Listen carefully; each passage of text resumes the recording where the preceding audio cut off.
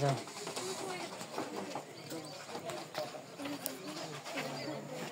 আমরা আজ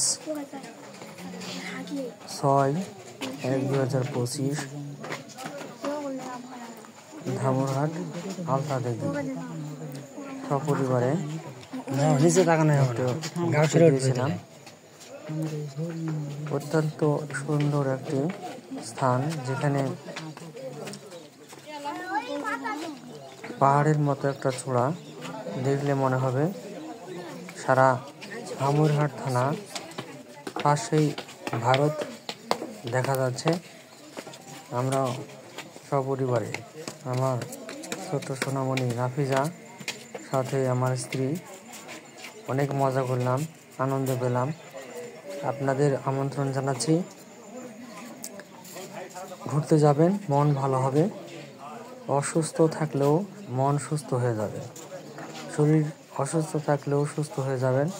অনেক ভালো লাগার একটি জায়গা আলতা দিঘি, ঐতিহাসিক আলতা দিঘি। এখানে আলতা নামক এক রানী তার পুকুরে গোসল করতে যেয়ে পায়ে আলতা রং মেখে গোসল করার কারণে এখানে নামকরণ করা হয়েছে আলতা দিঘি। আপনাদের আমন্ত্রণ, সবান্ধবে সেখানে ঘুরতে আসবেন, দেখবেন। এবং অনেক বনাঞ্চল, যেটা গভীর জঙ্গল, এখানে অনেক সুন্দর লাগবে, মন জুড়ে যাবে। সবুজ অরণ্য, না গেলে মিস করবেন। সময় সুযোগ মন থেকে করে নিতে হবে। দর্শনীয় স্থানগুলো যদি না দেখেন, তাহলে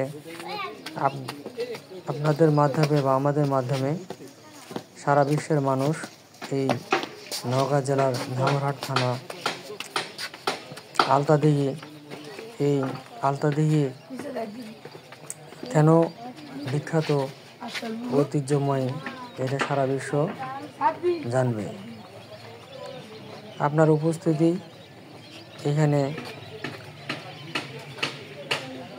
আরও সুন্দর হবে এবং আপনার বন্ধু বান্ধব সহ সবাই দেখতে আসার জন্য আগ্রহ প্রকাশ করবে। অবশ্যই আপনাদের আমন্ত্রণ থাকলো। ভালো থাকবেন, সুস্থ থাকবেন। আগামী দিনগুলো আপনার সুন্দর হোক এ প্রত্যাশায়।